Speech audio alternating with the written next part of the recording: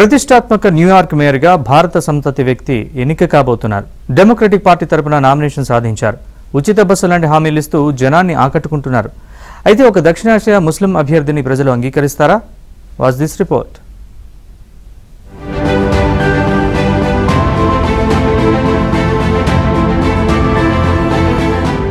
అమెరికాలోని New York mayor అభ్యర్థిగా Democratic party తరపున భారత సంతతి వ్యక్తి మమదాని పోటీ చేయనున్నారు.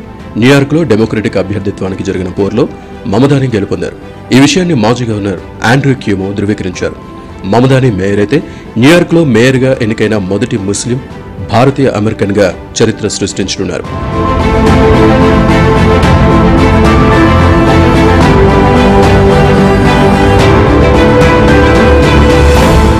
ప్రస్తుత న్యూయార్క్ మేయర్ ఎరిక్ ఆడమ్స్ ఎన్నికల్లో స్వతంత్రంగా పోటీ చేయనున్నారు. అయితే ఆయన పలు కుంభకోణాలకు పాల్పడినట్లు ఆరోపణలు ఉండడంతో న్యూయార్క్ ప్రజల నుంచి ఎరిక్ తీవ్ర వ్యతిరేకతను ఎదుర్కొంటున్నారు.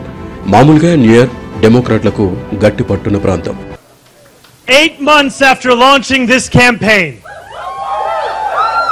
with the vision of a city that every New Yorker could afford, we have won.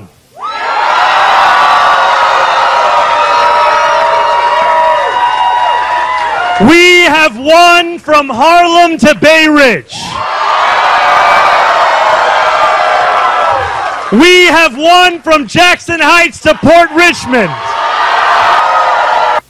where childcare doesn't cost more than CUNY, and where public safety keeps us truly safe. And it's where the mayor will use their power to reject Donald Trump's fascism, to stop mass ICE agents from deporting our neighbors, and to govern our city as a model for the Democratic Party. నవంబర్లో జరగనున్న New York mayor ఎన్నికల రేసులో మమదాని ప్రస్తుత mayor Eric ఆడమ్స్తో తలపడాల్సి ఉంటుంది. మమదాని 33 ఏళ్ల రాజకీయ నాయకుడు, సామాజిక కార్యకర్త. ఉగాండాలో భారతీయ మూలాలున్న కుటుంబంలో జన్మించారు. తండ్రి ప్రొఫెసర్ మహ్మూద్ మమదాని, తల్లి ప్రముఖ దర్శకురాలు మీరా నాయర్, భార్య రమా దువాజీ. ఓ డేటింగ్ యాప్తో పరిచయమే ప్రేమ పెళ్లితో ఒకటయ్యారు. తాను గెలిస్తే న్యూయార్క్ వాసులకు ఉచిత బస్ అంటూ మంచి పాపులారిటీ సంపాదించుకున్నారు. అలాగే పిల్లల సంరక్షణ, సంపన్నులపై అధిక పన్నులు లాంటి హామీలతో ప్రచారంలో ఏడాదిగా దూసుకుపోతున్నారు. బెర్నీ సాండర్స్, అలెగ్జాండ్రియా ఒకాసియో కార్టెజ్ వంటి డెమోక్రటిక్ పార్టీ సీనియర్లు మద్దతుగా నిలుస్తున్నారు. పాలస్తీనాకు మద్దతిస్తూ ట్రంప్ను తన పదునైన మాటలతో చీల్చి చెండాడుతున్నారు. జనాల్లో విపరీతమైన ఆదరణ ఉంది. మరి ముఖ్యంగా యువతలో. సోషల్ మీడియాను ఏడాది కాలంగా బాగా ఉపయోగించుకుంటూ ప్రచారాన్ని సమర్థవంతంగా నిర్వహించుకుంటున్నారు. I will be your Democratic nominee.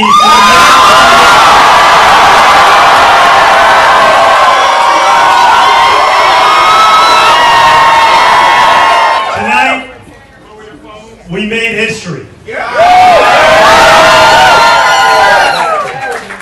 In the words of Nelson Mandela, it always seems impossible until it is done. Mamdani 1991లో ఉగాండా రాజధాని కంపాలాలో జన్మించారు. తండ్రి మహ్మూద్ ప్రస్తుతం కొలంబియా యూనివర్సిటీలో ప్రొఫెసర్గా పనిచేస్తున్నారు. తల్లి మీరా నాయర్ ప్రముఖ సినీ దర్శకురాలు. మమదాని బాల్యమంతా కంపాలాలోనే గడిచింది. తర్వాత తండ్రితో పాటు దక్షిణాఫ్రికాకు వెళ్లారు. అక్కడి కేప్ టౌన్ అని ఒక స్కూల్లో చదువుతున్నారు. 7 ఏళ్ల వయసున్నప్పుడు న్యూయార్క్ వచ్చారు. 2014లో ఆఫ్రికన్ స్టడీస్లో బ్యాచిలర్ డిగ్రీ చేశారు. 2018లో అమెరికా పౌరసత్వం తీసుకున్నారు. రాజకీయాల్లోకి అడుగు పెట్టడానికి ముందు సామాజిక కార్యకర్తగా పనిచేశారు. న్యూయార్క్ క్వీన్స్లో ఫోర్ క్లౌజర్ కౌన్సిలర్గా పనిచేశారు. ఆర్థిక ఇబ్బందులతో తమ ఇళ్లను కోల్పోతున్న అల్పాదాయ వర్గాలకు చెందిన కుటుంబాలకు సాయం చేశారు.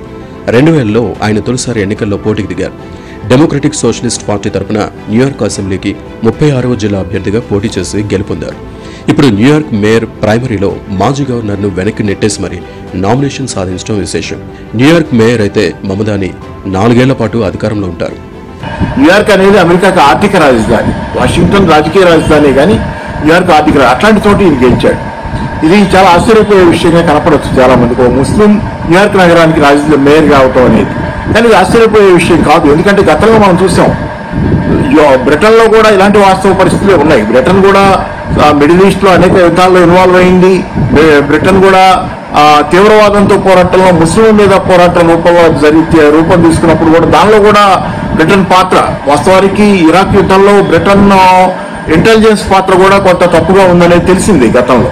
అయినా కానీ ఈ రోజుకి లండన్ నగరంలో అక్కడ గతంలో ఒక ముస్లిం లండన్ ఆయన మేయర్గా ఎన్నికయ్యాడు. అట్లాగే ఈరోజు న్యూయార్క్ నగరంలో కూడా ఈ 2 సిటీలు ముఖ్యంగా ఏంటంటే లిబరల్ సిటీస్. మమదానిని కమ్యూనిస్ట్ అని, ముస్లిం మతతత్వవాదంటూ ముద్ర వేస్తున్నారు. సిరియా నుంచి వచ్చి అమెరికాలో సెటిల్ అయిన మహిళను వివాహం చేసుకున్నారు. మమదాని పేరు చూస్తే పాకిస్తానీలా ఉందని, ఇండియన్లా లేదన్నారు కంగనా రనౌత్. ఆయన గతంలో హిందూ వ్యతిరేక ఆందోళనలు చేపట్టిన విషయాన్ని గుర్తు చేశారు. మమదాని ఒక కమ్యూనిస్టు పిచ్చోడని విమర్శించారు. అమెరికా రాజకీయాల్లో భారతీయుల ప్రాతినిధ్యం పెరుగుతోంది. చాలా మంది చురుగ్గా పాల్గొంటున్నారు. రాష్ట్ర శాసనసభలు, ప్రతినిధుల సభ అయిన కాంగ్రెస్, సెనెట్, గవర్నర్ లాంటి స్థానాలు సైతం అందుకున్నారు. కమలా హ్యారిస్ అమెరికా ఉపాధ్యక్షురాలిగా పనిచేయడమే కాక మొన్నటి ఎన్నికల్లో అధ్యక్ష పదవి కోసం ట్రంప్తో పోటీపడ్డారు. వాషింగ్టన్ రాష్ట్రంలో ప్రజాప్రతినిధుల సభకు 5 సార్లు ఎన్నికయ్యారు జైపాల్. గత ఎన్నికల్లో రిపబ్లికన్ పార్టీ తరపున అధ్యక్ష అభ్యర్థి రేస్ కోసం జరిగిన పోటీలో డొనాల్డ్ ట్రంప్తో పాటు వివేక్ రామస్వామి, నిక్కీ హేలీ పోటీపడ్డారు. నిక్కీ హేలీ గవర్నర్గా పనిచేశారు. వివేక్ రామస్వామి మంచి భవిష్యత్తున్న నాయకుడు.